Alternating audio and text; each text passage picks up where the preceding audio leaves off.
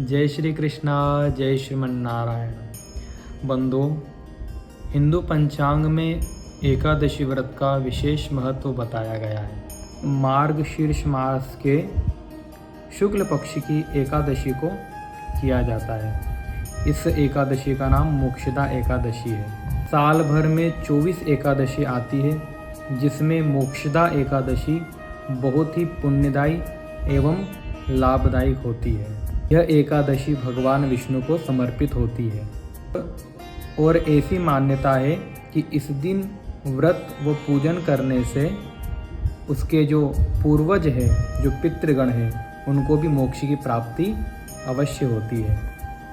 हिंदू पंचांग के अनुसार मोक्षदा एकादशी 2025 को 1 दिसंबर को मनाई जाएगी। मोक्षदा एकादशी की तिथि 30 नवंबर को रात्रि 9:29 से प्रारंभ होगी और इस तिथि का समापन 1 दिसंबर सोमवार के दिन सायंकालीन सत्र में 7:01 पर पूर्ण होगा।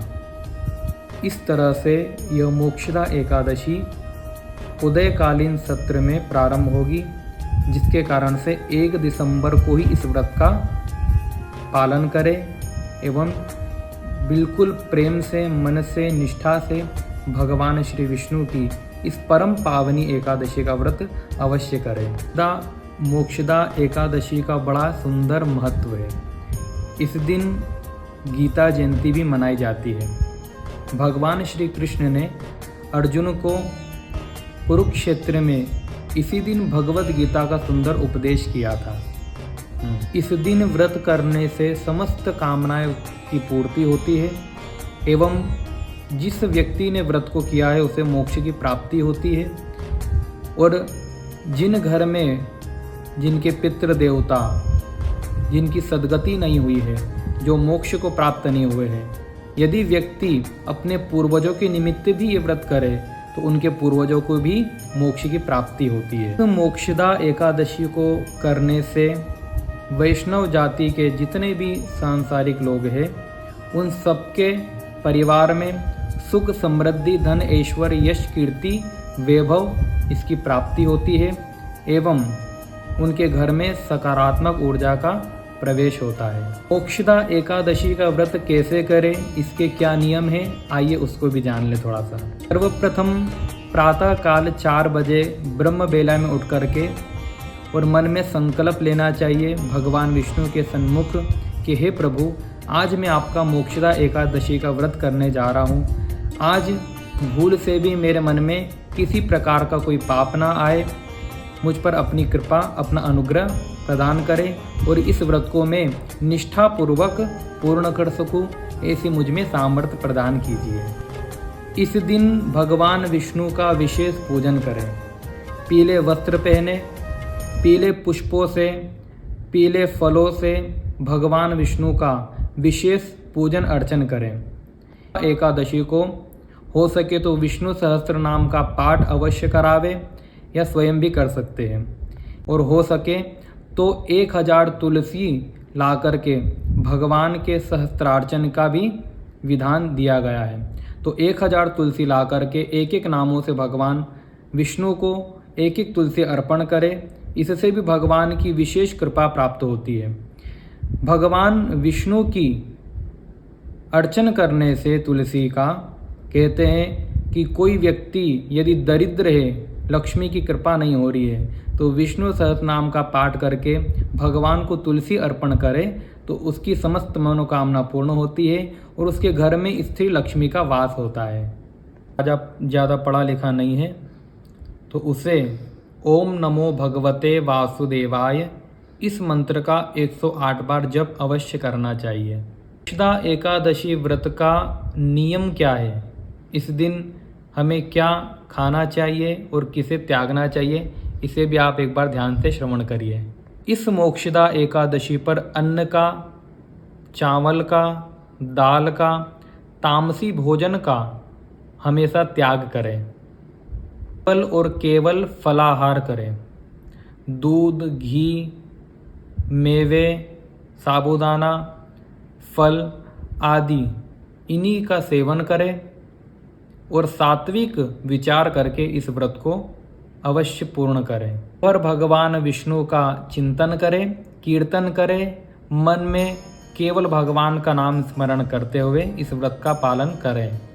कूट, निंदा, क्रोध, लोभ, लालच, ईर्ष्या, राग, द्वेष इन सबको बिल्कुल त्याग दें, क्योंकि जिस दिन व्रत कर रहे हैं मन में ये सब चीज़ें नहीं आनी चाहिए। एकादशी पर विशेष लाभ प्राप्त करने के लिए दान का भी विशेष महत्व बताया गया है। बंधुओं, इस एकादशी पर जो गर्म कपड़े हैं गरीबों को दान अवश्य करें।